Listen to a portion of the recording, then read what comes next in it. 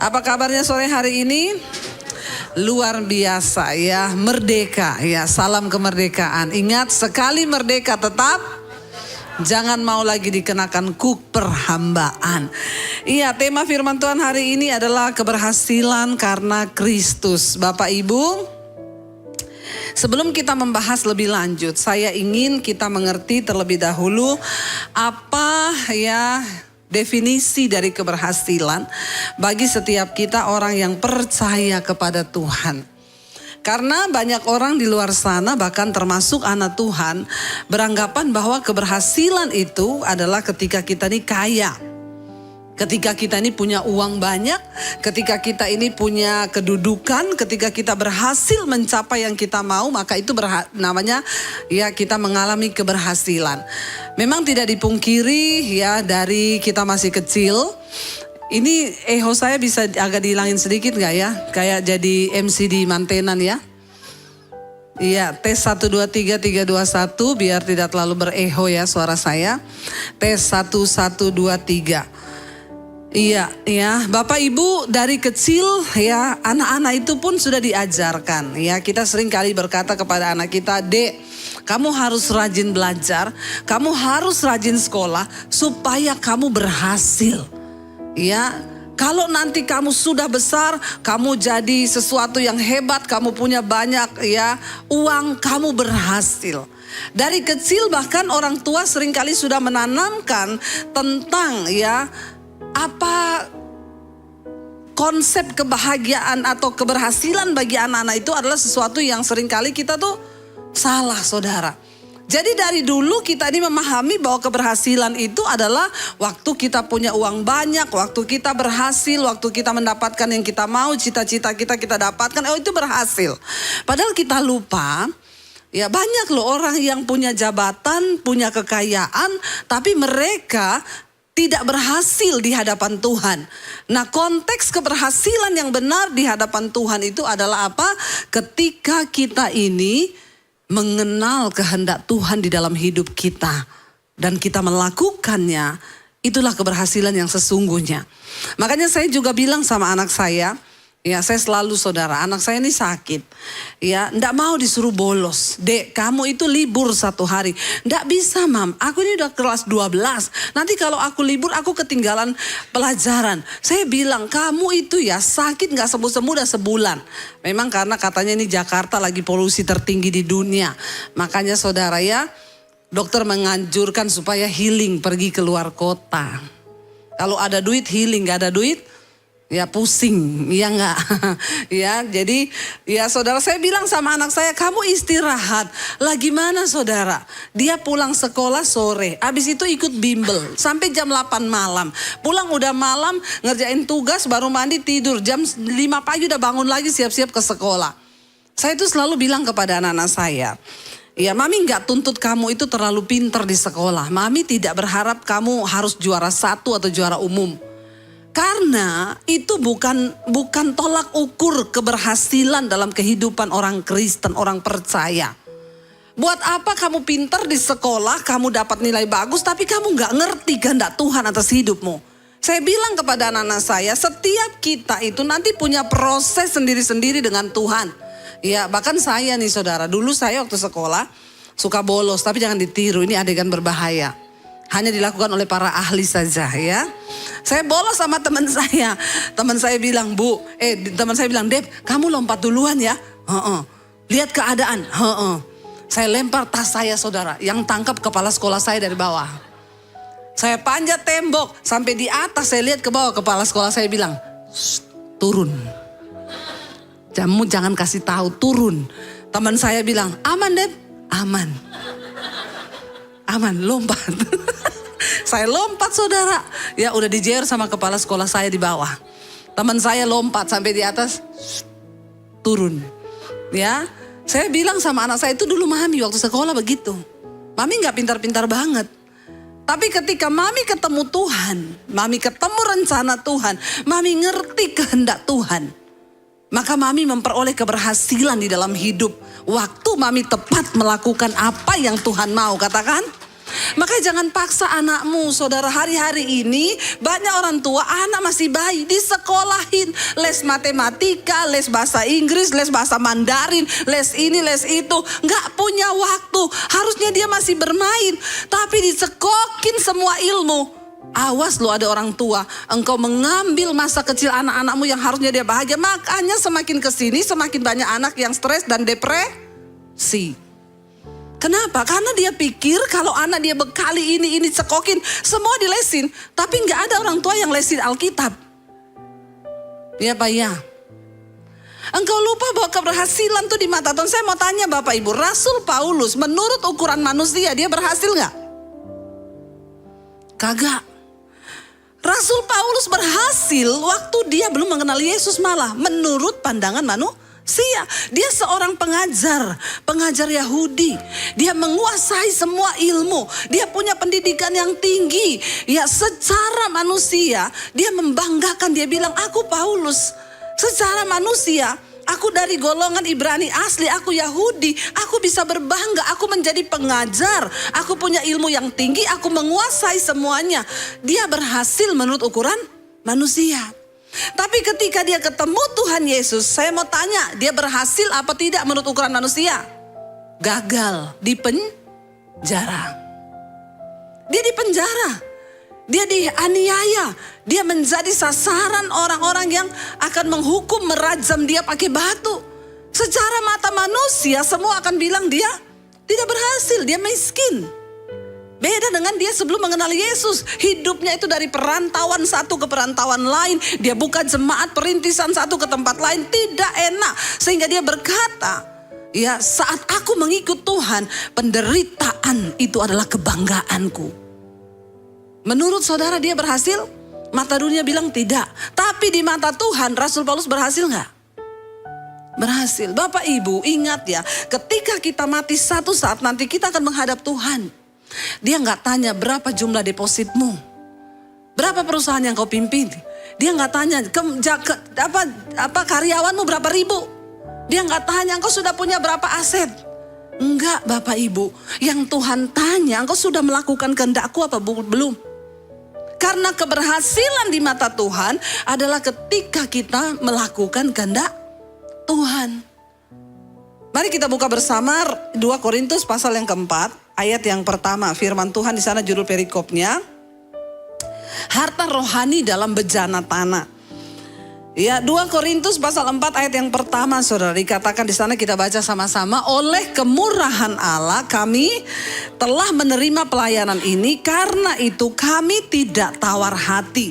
Bayangkan ya, Rasul Paulus yang tadinya pinter, hebat, pengajar, punya kedudukan di kalangan orang Yahudi, tiba-tiba terima Yesus, dibuang, dilecehkan, bahkan dia dipenjara, dia difitnah, dia dilakukan semua yang tidak enak. Lalu dia mulai masuk ke pelayanan. Tapi dia bisa berkata, oleh karena kemurahan Allah, kami telah menerima pelayanan ini. Padahal di mata dunia pelayanan itu berharga enggak? Enggak. Dia berpindah dari satu pulau ke pulau lain, dari satu kota ke kota lain. Secara mata manusia, dia enggak dapat apa-apa. Lebih terhormat ketika dia dulu jadi pengajar di Yahudi. Dia disanjung, dia dipuji. Tapi dia bisa menerima dulu ketika dia belum mengenal Yesus. Dia bilang semua karena kebanggaanku. Aku seorang pengajar, aku seorang hebat, aku seorang pintar. Tapi ketika dia terima Yesus, dia dipermalukan, direndahkan, dikosongkan oleh Tuhan. Tapi dia baru bisa berkata, oleh karena kemurahan Allah. Semua keberhasilan yang diraih itu karena Kristus. Lalu dia bilang, karena itu kami tidak tawar hati. Hanya orang yang mengerti bahwa semua yang terjadi dalam hidupnya itu adalah kemurahan Tuhan. Hanya mereka yang akan menjadi orang-orang yang tidak gampang tawar hati. Saudara, dalam hidup ini kita harus percaya bahwa semua karena kemurahan Tuhan. Entah engkau senang atau tidak, karena keberhasilan dalam Tuhan bukan soal hanya engkau senang saja. Ada keberhasilan yang membuat kita tuh tidak senang. Tapi di mata Tuhan kita tuh berhasil. Ketika kita mampu mengerti kehendak Tuhan di balik setiap proses. Ya, saya ini baru pulang dari Manado tadi malam, pelayanan di Bitung, kita KKR di sana, puji Tuhan 1.000 orang lebih datang dari berbagai gereja. Kita berdoa bersama buat bangsa, buat kota Manado dan lain sebagainya. Besoknya saya dibawa jalan-jalan ke Bunaken, saudara. Datang ke beberapa pulau, sampai di sana, ya begitu pulang udah di kapal, anak saya bilang, "Mam, topiku ketinggalan." Ya, dia baru beli topi, bagi dia itu topi mahal 500.000. Jadi dia bilang, "Topiku ketinggalan." Saya bilang, "Ini sudah di kapal, Dek. Gimana yang ngambilnya? Kamu turun lompat berenang ambil topi. Sudah ketinggalan ya sudah, tapi kan itu mahal." Gini nak ya, kamu anggaplah mungkin di pulau itu ada nelayan yang berdoa, "Tuhan, aku tuh pengen topi. Tapi aku gak bisa beli karena nelayan panas." Lalu topimu diizinkan Tuhan ketinggalan. Waktu nelayan itu nemu, dia bilang, "Haleluya, Tuhan menjawab doaku." Amin. Iya enggak? Jadi anak saya sedikit terhibur dan dia bilang, "Oh iya juga ya." Iya, jadi relakan saja. Karena kita percaya semua yang terjadi itu kemurahan Tuhan. Walaupun kamu rasa enggak enak, tapi mungkin itu menjadi jawaban doa bagi orang lain. Kalau hari ini saudara ditipu, ya mungkin itu kemurahan Tuhan. Bilang amin dong. Nggak ada yang mau bilang amin. Ini belum mengerti, ini paradigmanya belum dirubah ya. Kita berdoa. Waktu Rasul Paulus bertemu Yesus, paradigmanya dirubah. Ya, sesuatu yang tidak enak, dia bilang kebanggaanku adalah penderitaan. Ada orang saudara mau jadikan kebanggaannya penderitaan? Nggak ada kan? Kenapa Rasul Paulus begitu gila dengan berkata bahwa kebanggaanku adalah penderitaan. Terlebih suka aku menderita karena nama Kristus loh. Siapa yang mau menderita? Tapi paradigmanya dirubah. Bagi dia, dagingnya disiksa, bagi dia penderitaan itu sebuah keberhasilan dalam Tuhan. Ya, lalu ketika anak saya akhirnya hatinya jadi lega. Kenapa? Karena dia mulai memandang bahwa semua yang terjadi itu kemurahan Tuhan. Jadi anak saya tidak jadi tawar hati. Coba kalau dia nggak memandang dengan cara pandangnya Tuhan, dia nggak ngerti kehendak Tuhan, dia akan terus sampai di Jakarta mungkin, "Topiku itu loh, baru aku beli, baru aku beli." Cobalah mengerti akan kehendak Tuhan. Waktu kita tahu bahwa semua yang ada di hidup kita ini kemurahan Tuhan saja, kita tidak mudah menjadi orang yang tawar hati, kecewa sama Tuhan, kecewa sama manusia. Karena kita tahu semua yang terjadi atas hidup kita itu adalah karena kemurahan Tuhan. Enak atau tidak enak. Saudara, saya kemarin di Manado, saya ketemu dengan seorang ibu. Lalu dia cerita sama saya, "Bu Debbie, ya benar, kita share, kita saling ngobrol tentang kebaikan Tuhan." Dia bilang, "Benar Bu, saya tuh hari ini ada tuh semua karena kemurahan Tuhan. Jadi Bu, saya ini dari kecil dulu cita-cita saya mau jadi mafia perempuan di Indonesia." Saya bilang, hanya orang gila yang punya cita-cita begitu. Gila enggak saudara? Enggak ada lah orang mau punya cita-cita jadi mafia perempuan. Ya, dulu saya serusak-rusaknya enggak ada cita-cita di otak saya pengen jadi mafia perempuan di Indonesia. Saya bilang, berarti ibu ini hidupnya pahit banget ya. Sampai punya cita-cita yang rusak seperti itu. Dia bilang, "Iya Bu, karena apa? Saya ini dari dalam kandungan sudah tertolak. Waktu papa saya tahu saya ini perempuan, itu dia udah benci banget. Ya malah kalau bisa jangan lahir anak ini." Dia bilang, "Itu anak nanti bawa sial." Jadi ketika saya lahir benar perempuan, saya diharapkan laki-laki. Tapi saya lahir perempuan. Akhirnya apa Bu? Ketika saya lahir sebagai seorang perempuan, papa saya itu bilang sama mama saya, "Kamu jangan kasih dia minum susu ya. Kasih dia air putih. Ya, itu anak bawa sial. Bapak Ibu jangan sampai engkau itu menolak. Mau punya anak bilang aja, terserah Tuhan. Laki-laki atau perempuan, terserah Tuhan. Itu yang Tuhan tahu yang terbaik. Amin. Saya lahir anak pertama perempuan. Ya, lahir lagi kedua, ya, cewek. Ketiga lahir putri. Ya sudah ya, berhenti sudah. Orang bilang, "Nggak pengen satu lagi Bu, siapa tahu cowok." Enggak, sama saja. Mau cewek mau cowok, Tuhan yang tahu nanti mereka mau jadi apa. Ntar juga saya dapat mantu juga cowok, bener nggak? Nggak usah bilang anak sial ini, anak perempuan lah, anak inilah, anak itulah. Belum tentu nanti kau tua siapa yang urus. Ya belum tentu anak perempuan, anak laki. Yang penting anak itu benar-benar kita tahu bahwa dia itu memang disertai Tuhan, diberkati Tuhan. Jangan kau yang atur. Ya kau pikir anak laki lebih bermanfaat. Anak laki juga kalau kau tua dia cuma bikin sakit hati. Ya bikin cuma sakit orang tua, buat apa? Ya jadi jangan pernah menolak anak itu laki atau perempuan. Nggak usah dibanding-bandingkan, katakan. Apalagi beranggapan tuh anak sial. Nggak ada anak sial. Ya, lalu saudara akhirnya dia tidak dikasih minum susu, bayangkan. Dari kandungan sudah tertolak, lahir dari bayi tidak diberi susu. Ya, lalu dia umur 4 bulan, papahnya punya kapal, kapalnya tenggelam. Makinlah bapaknya bilang memang ini anak bawa sial. Padahal mungkin tidak bawa sial, tapi karena dia imani bawa sial, jadilah benar-benar sial. Jangan kau percayai sesuatu yang engkau imani, apa yang kau percayai itu akan terjadi. Waktu bapaknya kapalnya tenggelam, dia tambah jengkel. Jadi anak ini dibesarkan dengan pukulan, dendam, sakit hati. Dia juga bertumbuh jadi anak yang kecewa. Di umur 17 tahun, belum selesai sekolah. Dia berharap cepat keluar dari keluarganya, cepat keluar dari bapaknya. Dia berharap ya dia harus menikah umur 17. Jadi dia kawin umur 17 tahun. Cuma dengan satu harapan itu sebagai pelarian, dia keluar dari rumah orang tua. Saudara, saya mau tanya, dia dengan luka batin, kekecewaan, sakit hati menikah, kira-kira rumah tangganya itu bertahan lama enggak?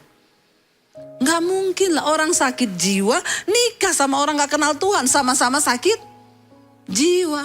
2 orang gila kawin. Orang tuh kalau punya kepahitan, amarah, kebencian tuh sakit jiwa loh saudara. Kau hampir gila itu. Ya apalagi dendam. Dendam kesumat, gak mau mengampuni, kau sakit jiwa. Cuma masih stadium awal, belum lari-lari di jalan. Saudara, benar saja dia menikah cuma bertahan 2 tahun. Dia punya anak 1, 2 tahun mereka bercerai. 2 tahun, enggak lama-lama untuk membuktikan karakter asli. Ya, lalu dia bercerai, setelah dia bercerai dia seneng. Wah, aku bebas. Inilah hidup yang ku cari. Aku sudah keluar dari orang tua karena aku tidak punya suami. Lalu akhirnya dia mulai cari kerjaan. Dia bilang, saya pertama kali bekerja Bu sebagai apa? Saya itu yang packing narkoba. Ya, jadi berapa gram ditimbang masukin plastik yang ukuran besar. Kerjaannya dia packing. Lalu lama-lama dia bilang gini, enak banget ya ini orang. Jual narkoba dapat uang cepet. Ya aku pengen dapat uang cepat. Kenapa? Karena konsep bagi dia keberhasilan itu adalah punya uang banyak. Ya jangan engkau punya konsep yang salah. Makanya sekarang banyak orang pengen cepat dibilang berhasil. Yang penting dapat uang banyak, bisa beli rumah, bisa beli mobil. Yaitu jualan narkoba cepat. Atau jadi pelakor. Ya bidik suami orang lalu punya apartemen, punya ini, punya mobil, punya itu. Nggak usah repot-repot. Yang muda-muda di sini saya berdoa ya, tidak ada peliharaan, amin. Kau sama dengan kucing dipelihara. Jangan ya, engkau punya nilai yang tinggi, engkau adalah milik Kristus, telah ditebus, harus merdeka hidupmu. Jangan ganggu suami orang. Ya banyak sekarang orang Kristen nggak mau kerja, maunya ganggu suami orang. Yang penting naik mobil, enak, mentereng, mewah, nggak usah kerja, jual diri saja. Bertobat, lebih baik kau jual cendol daripada kau jual diri. Dengar baik-baik orang Kristen, ya jangan sampai engkau memperoleh dunia dan segala isinya, lalu kau binasa. Ya sukanya lirik om-om. Waktu ditanya kenapa kau jadi peliharaan, lirikannya om-om. Iya Bu, karena saya ini kehilangan kasih Bapa. Jadi saya cari kasih Bapa, ketemu kasih om. Bertobat ya, jangan sampai. Akhirnya saudara dia bilang gitu, wah enak ya. Lalu dia mulai tanya sama bosnya, tadinya dia kan tukang kirim. Dia yang nganter saudara, packing nganter.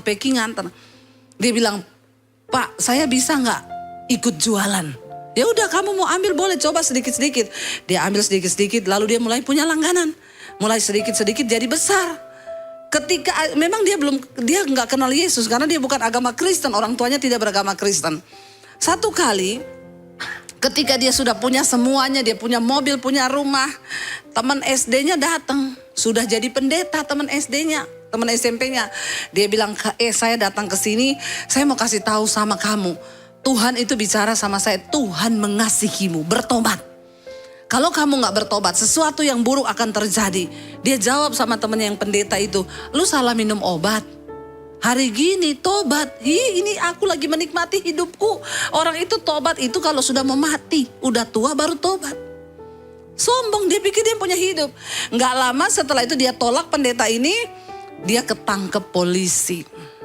Masuk penjara. Karena masih punya uang, punya harta, ya dia bilang beres semua, aku masih ada backingan. Dia keluar hanya di penjara 4 bulan saja. Dia keluar, setelah keluar tidak jadi lebih baik, semakin jahat. Semakin besar saudara. Dia semakin bisnis narkobanya makin besar, jadi pengedar dan lain sebagainya.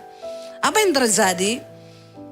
Tiba-tiba dia ketangkap yang kedua kali dan divonis pada waktu itu dia dipenjara 6 tahun. Saat itu saudara, dia berpikir ada duit, masih ada harta. Dia suruh jual mobil, suruh jual rumah untuk dia bisa keluar. Ternyata semua tidak bisa menolong. Memang Tuhan harus izinkan dia ada dan dalam keadaan yang terpuruk. Di mana di situ dia merasa tidak ada orang yang bisa tolong. Bahkan temannya, backingannya gak ada yang tolong. Saat itulah dia bilang, saya benar-benar di lembah kekelaman bu, mau mati rasanya di penjara. Akhirnya temannya itu datang lagi, pendeta ya, datang ke penjara, dia diinjili, dikasih tahu, lalu dia bilang, oke, saya mau terima Yesus. Dengan tujuan saya mau melihat mujizat Tuhan, supaya saya dibebaskan. Banyak orang mengikut Yesus dengan harapan-harapan palsu. Ya, hanya kepengen begini, kepengen diberkati, kepengen ini, hati-hati saudara. Akhirnya dia didoakan terima Tuhan Yesus. Ketika itu saudara dia mulai berdoa. Saya mau tanya, kalau saudara orang di penjara, doa yang pertama kepada Tuhan itu mintanya apa? Pernah di penjara semua ya? Tahu ya? Bebas, ya namanya orang di penjara. Pasti doanya pengen bebas. Dia mulai berdoa, Tuhan Yesus, aku percaya kepadamu. Karena itu aku percaya mujizat. Aku bebas dalam nama Yesus. Bebas dalam nama. Tiap hari yang dia minta, bebas. Kira-kira Tuhan jawab? Tuhan bisa jawab gak? Bisa. Tapi tidak semua doa, keinginan kita harus dijawab oleh Tuhan. Karena Tuhan lebih tahu apa yang kita butuhkan ketimbang dari apa yang kita inginkan. Yang kita inginkan belum tentu benar. Tapi Tuhan pasti tahu apa yang kita butuhkan. Dan yang kita butuhkan belum tentu itu yang kita inginkan. Tapi Tuhan yang tahu. Saudara, dia berdoa setahun, berdoa minta bebas terus. Lama-lama stres enggak? Setahun ini 365 hari. Tiap hari doanya, aku pengen bebas Tuhan. Bebas, bebas, bebas. Gak bebas. Bahkan Tuhan pun gak ngasih dia bebas. Walaupun Tuhan mampu melakukannya. Akhirnya dia mulai baca Alkitab. Mulai ikut ibadah-ibadah di tahanan, di sel. Dia mulai membuka hati bagi Tuhan. Sampai di satu titik dia bilang, Tuhan aku menyerah. Apa kehendakmu bagiku? Saudara, keberhasilan seorang di dalam Tuhan ketika engkau mengerti kehendak Tuhan. Semuanya itu bonus yang Tuhan beri, tapi ngerti dulu. Dia bilang, Bu, ketika saya itu mulai buka hati bagi Tuhan dan ngomong, Tuhan, apa kehendakmu? Doa saya pun mulai berubah. Tadinya saya berdoa bebas, bebas, bebas. Ketika saya mengerti kehendak Tuhan, doa saya mulai begini, Tuhan, kalau engkau memang mengizinkan aku harus menjalani masa tahananku, maka beri aku kekuatan, damai sejahtera, dan sukacita untuk menjalaninya. Setiap hari doanya begitu. Apa yang terjadi saudara? Dia di dalam penjara, keadaannya masih sama. Tapi yang berbeda, dia sukacita, dia damai sejahtera. Dia memperoleh kekuatan yang dia bilang, damai dan sukacita yang saya rasa di penjara melampaui ketika saya ada di diskotik, Bu. Ini loh yang dimaksud. Tuhan mengubah paradigma kita. Sekarang kita baru mengerti kenapa Rasul Paulus berkata, terlebih suka aku berada di dalam penderitaan karena Yesus.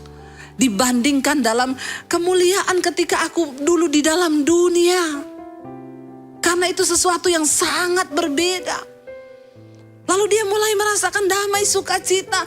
Singkat cerita, dia mulai bertumbuh dalam iman. Lalu Tuhan melakukan perkara. Harusnya dia divonis 6 tahun, dapat bebas bersyarat. Itu hanya 4 tahun dia bebas dari penjara. Ketika dia keluar dari penjara, dia paradigmanya berubah. Dia berhasil mengetahui kehendak Tuhan. Dia keluar dari penjara, dia bilang, Tuhan, aku harus pakai hidupku ini betul-betul untuk memuliakan nama Tuhan saja. Dia akhirnya mulai bertumbuh, ya bahkan dia bilang ya kayaknya sudah senang di penjara, udah betah, udah mulai betah. Dimanapun Anda ketika di sana ada Tuhan dan engkau mengerti kehendak Tuhan, maka itu akan menjadi tempat yang istimewa. Saudara, akhirnya dia mulai melayani Tuhan, bersaksi kemana-mana, dia mulai mengerti firman, dia bilang saya kerja Bu. Memang Bu penghasilannya tidak sama ketika saya jual narkoba. Tapi dulu waktu saya jual narkoba tidak ada damai sejahtera, apalagi sukacita, yang ada ketakutan, dikejar-kejar. Sekarang Bu, kerjaan saya biasa. Tapi saya bisa mensyukuri dan berkata terima kasih Tuhan, semua karena anugerah-Mu. Keberhasilan yang aku raih hari ini itu hanya karena Tuhan. Apakah dia berhasil di mata Tuhan? Yes, karena dia menemukan kehendak Tuhan. Walaupun dia sudah tidak sekaya dulu. Saudara, orang yang mengerti bahwa hidupnya itu hanya karena kemurahan Tuhan, Rasul Paulus bilang, karena itu kami tidak tawar hati. Kita lompat ayat yang ke-6 berkata di sana. Ayat yang ke-6, 1, 2, 3. Sebab Allah yang telah berfirman dari dalam gelap akan terbit terang. Ia juga yang membuat terangnya bercahaya di dalam hati kita. Supaya kita beroleh terang dari pengetahuan tentang kemuliaan Allah yang nampak pada wajah Kristus. Bagaimana seseorang bisa berhasil di hadapan Tuhan? Waktu hatimu diterangi oleh terang Kristus, katakan. Waktu hati kita diterangi oleh firman, oleh terang Kristus, engkau bisa memandang setiap persoalan, peristiwa di hidupmu itu dengan cara pandang Tuhan. Itu loh contoh yang simpel yang saya kasih tadi. Anak saya ketinggalan topi. Kalau dia lihat dari cara pandang manusia, rugi, aku tuh baru beli 500.000 loh. Itu aku nabung, aku gini. Sayang topi itu baru. Tapi waktu dia mencoba melihat dengan cara pandang Tuhan, mungkin ada nelayan yang berdoa. Lagi butuh topi, dia gak bisa beli. Tuhan izinkan topimu ketinggalan. Lalu dia bilang, iya ya, puji Tuhan aku menjadi berkat. Saudara, engkau butuh terang Kristus dalam hidupmu untuk bisa melihat setiap keberhasilan itu dari Tuhan. Ayat yang ke-7 berkata begini, yang terakhir kita baca bersama. Tetapi harta ini kami punyai dalam bejana tanah liat. Supaya nyata bahwa kekuatan yang melimpah-limpah itu berasal dari Allah, bukan dari diri kami. Itu loh keberhasilan. Kenapa kita ini dikasih bejana hanya dari tanah? Saudara percaya atau tidak, setuju atau tidak, saudara kita semua ini tercipta dari tanah. Hanya jenisnya yang beda. Ya, kalau orangnya suka kepo lihat hidup orang lain itu mesti dari tanah liat. Ya, sukanya lihat-lihat. Kalau dia itu banyak masalah hidupnya berarti dicipta dari tanah sengketa. Ya, kalau sombong, oh dia dicipta dari tanah tinggi. Ya, kalau sukanya shopping pasti dari Tanah Abang itu. Kita ini semua hanya dicipta dari tanah. Kenapa kita ini hanya dicipta dari tanah? Saudara, sekuat apapun engkau, sehebat apapun engkau, sekaya apapun engkau, ingat loh, bejanamu itu hanya tanah liat. Kenapa kita harus ingat? Saya mau tanya saudara, bejana tanah liat itu gampang hancur gak? Kalau jatuh hancur gak? Hancur. Kalau kesenggol sedikit retak gak? Retak. Ingat ya, hidup kita ini, ya, gak usah takut, ini bukan bunyi sangkakala Tuhan mau datang. Memang selalu bunyi begini setiap jam begini. Ya itu mungkin kayaknya gensetnya hidup atau apa gitu ya. Puji Tuhan toh kalau Tuhan datang kita lagi ibadah di sini semua terangkat naik ke sorga. Daripada saudara lagi dugem terus Tuhan datang. Mati kau saudara, betul. Ya, makanya jangan banyak-banyak dugem. Rajin-rajinnya ke gereja, amin. Rajin dengar khotbah di YouTube. Pas lagi dengar khotbah, mesbah doa tiba-tiba Tuhan datang. Sorga semua. Amin. Ya, jangan sampai saudara lagi di mana terus Tuhan datang. Ingat loh, yang kita punya ini semuanya dalam bejana tanah liat. Makanya saya cerita lalu ada pejabat datang, Bu, saya ini seorang pejabat tapi saya selingkuh terus, Bu. Bagaimana caranya ya, Bu? Saya bilang, kau itu sombong, Pak. Walaupun kau pejabat, kau kira kau punya jantung 2? Kau ingat saja ya, Pak, kalau kau masuk ke hotel, kau bawa perempuan, Tuhan cuma suruh malaikat putusin 1 urat jantungnya, mati kau, Pak, jantungmu berhenti, Pak. Cuma dibuat korslet sama Tuhan saja jantungmu mati kau. Jadi ingat-ingat, dia bilang, astaga saya salah konseling ini ya.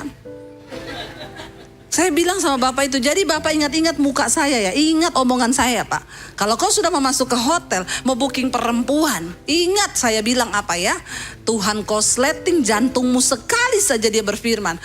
Jantungmu berhenti kau mati. Iya, boro-boro masuk sorga.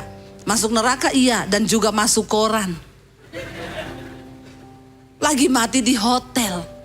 Bikin malu. Ingat Pak, bejanamu itu cuma tanah liat. Walaupun kau pejabat, kau tidak anti mati.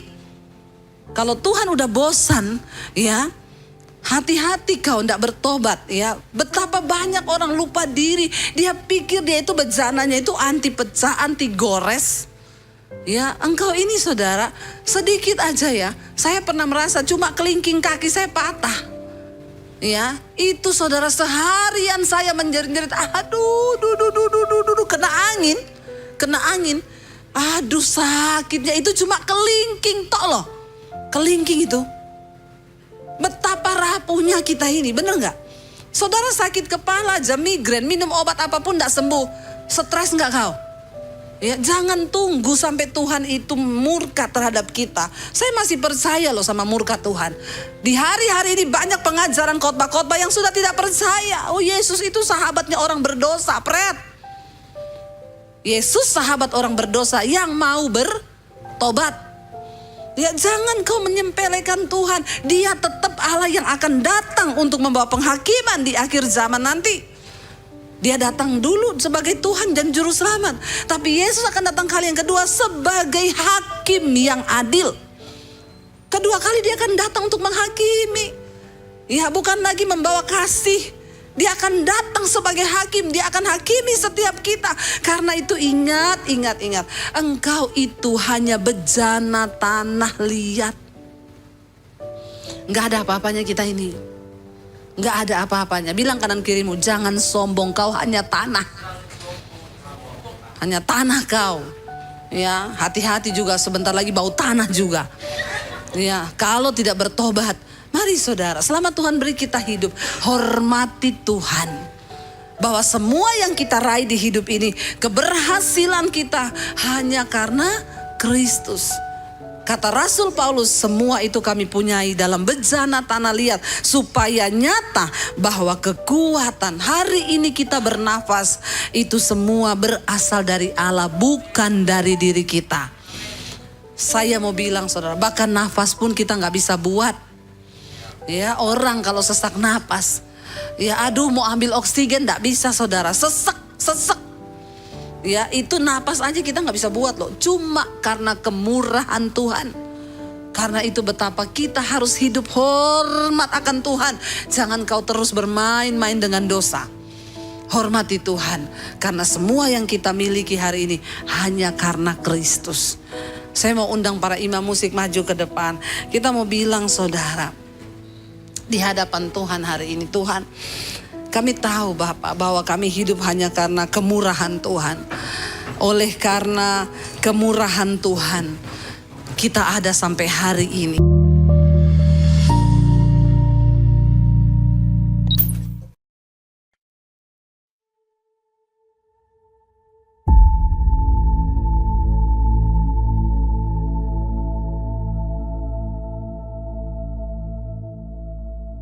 Silakan duduk Bapak Ibu, Shalom. Apa kabarnya malam ini? luar biasa. Walaupun ada masalah tetap, karena kita punya Tuhan yang luar biasa.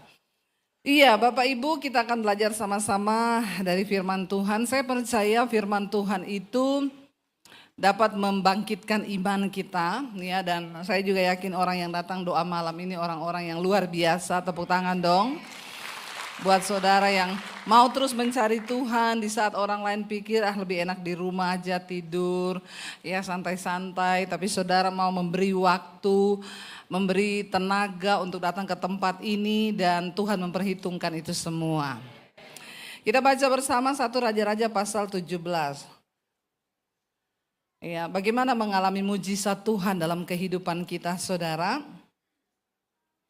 1 Raja-Raja 17, judul perikopnya Elia di tepi sungai Kerit. Ayat yang pertama dikatakan di sana, kita baca bersama 1, 2, 3. Lalu berkatalah Elia orang Tisbe dari Tisbe Gilead kepada Ahab, demi Tuhan yang hidup Allah Israel yang kulayani, sesungguhnya tidak akan ada embun atau hujan pada tahun-tahun ini, kecuali kalau kukatakan. 2. Kemudian datanglah firman Tuhan kepadanya, pergilah dari sini, berjalanlah ke timur dan bersembunyilah di tepi sungai Kerit di sebelah timur sungai Yordan. Engkau dapat minum dari sungai itu dan burung-burung gagak telah kuperintahkan untuk memberi makan engkau di sana. 5. Lalu ia pergi dan ia melakukan seperti firman Tuhan. Ia pergi dan diam di tepi sungai Kerit di sebelah timur sungai Yordan. Pada waktu pagi dan petang, burung gagak membawa roti dan daging kepadanya dan ia minum dari sungai itu. Bapak Ibu, kita tahu bersama ketika Raja Ahab naik menjadi raja di Israel, dia melakukan apa yang jahat di mata Tuhan. Dia menikah dengan Isabel, seorang perempuan yang sangat berdosa, licik, dan membawa Ahab untuk mengutuki Allah, bahkan menyembah kepada dewa Baal. Dan pada waktu itu, saudara, mereka percaya bahwa dewa Baal itu dewa yang akan menurunkan hujan, dewa yang sanggup memberkati tanah, memberi kelimpahan untuk panennya bisa bagus dan lain sebagainya. Dan di tengah-tengah itu Tuhan mengirim, ya, dikatakan di sana Elia untuk pergi dan bernubuat kepada Raja Ahab. Karena mereka percaya bahwa ya Baal yang akan menurunkan hujan, tetapi Tuhan berkata kepada Elia, pergi temui Raja Ahab. Katakan bahwa demi Tuhan yang hidup Allah Israel yang kulayani, sesungguhnya tidak akan ada embun atau hujan pada tahun-tahun ini kecuali kalau kukatakan. Ya, dan benar terjadi, kita tahu kisah selanjutnya terjadi kekeringan yang hebat. Tuhan membuktikan kuasanya, ya, untuk menentang penyembah-penyembah berhala yang berkata bahwa dari merekalah sumber berkat yang sanggup menurunkan hujan. Kita tahu Alkitab berkata Tuhanlah yang menurunkan hujan, yang berkuasa menurunkan hujan bagi orang baik dan orang jahat. Ya, Tuhan tuh kasihnya adil loh. Mau orang baik, mau orang jahat, dia turunkan hujan. Matahari bersinar bagi orang baik dan orang jahat. Itu keadilan Tuhan juga. Bayangkan kalau orang jahat itu di rumahnya tidak ada matahari. Jadi kalau kita lewat di perumahan gitu yang gelap-gelap itu, ini jahat ini. Ya, rumahnya tidak ada matahari, ini jahat. Atau hujan hanya turun bagi orang yang baik dan orang jahat nggak ada hujan. Jadi di rumahnya itu kekeringan, nggak ada air. Tapi orang yang benar ada air, ya. Tapi kita percaya Alkitab bilang Tuhanlah yang sanggup menurunkan hujan. Kalau Tuhan bilang tidak akan ada hujan, tidak akan ada. Kalau Tuhan bilang ada hujan, ada. Manusia bikin hujan buatan bisa nggak? Bisa, tapi terbatas. Ya, tidak bisa untuk mencukupi kebutuhan manusia. Hanya Tuhan yang sanggup menurunkan. Dan pada waktu itu Tuhan ingin mendemonstrasikan kuasa Tuhan. Percayalah Bapak Ibu. Tuhan itu ingin mendemonstrasikan kuasanya lewat hidup kita, amin. Ya, kalau kita sungguh-sungguh mau percaya dan taat kepada firman Tuhan. Lalu setelah Tuhan berkata begitu kepada Elia berfirman, dikatakan di sana Tuhan bilang, lalu sekarang kamu pergi. Setelah kamu ucapkan nubuatan itu, kamu pergi dari sini, berjalanlah dan bersembunyi di tepi sungai Kerit di sebelah timur sungai Yordan. Nanti kalau kelaparan itu melanda, tenang saja, engkau akan minum dari sungai itu dan burung gagak akan kuperintahkan, telah kuperintahkan untuk memberi makan engkau di sana. Elia adalah seorang yang mengalami mujizat Tuhan yang begitu luar biasa di hidupnya. Berapa banyak yang ingin mengalami mujizat Tuhan dalam hidupnya? Semua mau? Mau bayar harganya? Jangan dulu ngomong-ngomong mau, enggak gampang ya. Enggak gampang. Ketika Tuhan berkata kepada Elia, nanti akan ada kelaparan, kekeringan, jadi engkau pergi sembunyi di sungai Kerit di sebelah timur sungai Yordan. Nanti burung gagak kasih makan dan kau minum dari sungai itu. Kalau Bapak Ibu disuruh Tuhan pergi sembunyi di sungai apa di Jawa, di Surabaya ini sungai apa? Berantas ya, bukan Kali Ciliwung ya. Itu di Jakarta. Disuruh pergi ke sungai Berantas, Tuhan bilang nanti kau minum dari sungai itu, tenang, makan dari mana? Burung gagak tak suruh kasih kau makan. Saudara percaya enggak? Jangan bilang iya amin amin dulu. Coba kita merenungkan kalau kita jadi Elia. Kira-kira saudara disuruh pergi nanti yang kasih makan burung. Burung kasih makan kita. Menurut saudara masuk akal? Jawab jujur dengan logikamu, ndak usah sok rohani. Menurut saudara masuk akal enggak? Ampuni mereka Tuhan. Karena mereka tahu apa yang mereka katakan. Ya tapi memang jujur secara logika manusia enggak masuk akal. Kalau kita yang disuruh kita berangkat enggak? Iya kan Tuhan ya. Makanya akhir zaman ini memang jarang orang lihat mujizat. Karena enggak masuk akal. Enggak masuk akal. Suruh pergi ke sungai terus sembunyi di situ. Nanti makannya gimana? Burung. Antar makan. Mempercayai Tuhan itu enggak gampang. Seringkali kita harus menanggalkan logika. Ya, apalagi bapak-bapak ini yang terkenal memakai. Ya, karena laki-laki tidak bercerita, tiba-tiba ditaruh di gerbong paling belakang. Haleluya ya. Iya toh? Kasihan sih saudara. Di rumah sudah jadi korban istri. Ada ibu-ibu tertawa besar itu berarti dia pelakunya. Di rumah udah jadi korban istri, di kantor jadi korban bos. Di kereta jadi korban gerbong. Laki-laki itu survei membuktikan ya, bapak-bapak, kenapa banyak bapak-bapak yang cepat botak? Maaf saya tidak menyinggung yang botak-botak ya. Kenapa? Ya karena orang itu kalau botaknya di depan berarti banyak berpikir. Kalau botaknya di belakang karena pinter. Kalau botaknya menyeluruh dia pikir dia pinter. Ya ini cuma intermezzo, jangan tersinggung dong ya bapak-bapak. Tapi kenapa? Bahkan survei membuktikan yang paling banyak kena stroke itu laki-laki. Daripada perempuan. Kenapa saudara? Karena ukuran otak laki-laki itu lebih kecil daripada perempuan. Ya, tapi memorinya full. Karena semua dia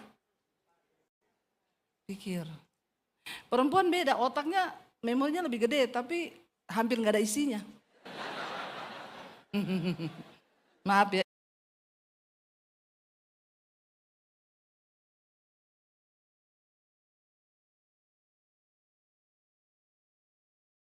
dong. Kenapa lagi say? Dia ketik panjang lebar nih. Itu suamiku kamu tahu nggak? Gini panjang. Dia ketik, dia kirim. Temennya itu sih udah malas baca chattingannya juga. Temennya cuma balas gini, doa ya say. Dia udah plong. Karena sudah Tapi bapak-bapak kalau ada masalah, masa say? Ada hal-hal yang bisa dibuat laki-laki yang bisa dibuat perempuan tapi tidak bisa dibuat laki-laki. Perempuan tuh kalau manggil say sama sesama temennya enggak apa-apa. Tapi coba bapak-bapak, jangan kau coba, ini adegan berbahaya. Kau panggil say temenmu langsung dibilang boti itu. Ya, enggak bisa, itu jangan ditiru, ya. Cowok tidak bisa masuk di kamar ganti berdua, cewek bisa. Nggak akan ada yang menghakimi. Tapi coba cowok keluar dari sah. Nggak akan ada yang menghakimi. Tapi coba cowok keluar dari kamar pas berdua. Ya, itu tidak bisa ditiru. Jadi kasihan laki-laki itu memang. Apalagi ditaruh di gerbong. Ampuni dia Tuhan ya. Kalau perempuan itu ada masalah, dia pergi ke mall. Nggak beli, cuma cuci. Memang ibu-ibu di sini jarang beli, cuma cuci mata, ketahuan ya. Iya, memang di mall itu sekarang saudara kasihan pada mengeluh. Karena cuma banyak ya kelompok-kelompok yang lihat-lihat doang. Yang cuci mata doang ya. Ini kelompok-kelompok ini memang, tapi nggak beli, nggak. Karena dia stres. Ada masalah di rumah, dia cuma pergi cuci mata di mall, pulang plong, dia plong. Padahal belum ada jalan keluarnya. Laki-laki tidak bisa begitu. Jadi bapak-bapak jangan terlalu banyak pakai logikamu terus. Berserah kepada, belajar ya, tapi cowok disuruh percaya hal yang tidak mungkin itu sulit. Tapi Elia membuktikan, dikatakan waktu Tuhan suruh dia pergi, engkau akan dapat minum dari sungai itu dan burung gagak telah kuperintahkan untuk memberi engkau makan di sana. Ayat 5 bilang apa? Lalu berpikir-pikirlah Elia. Lalu dia merenung-renungkan itu masuk akal atau tidak.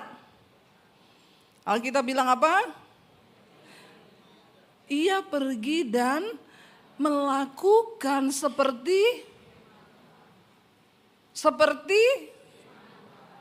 jangan kita ini coba melanggar, pasti hidup kita tidak akan bahagia, tidak akan mungkin mengalami mujizat Tuhan.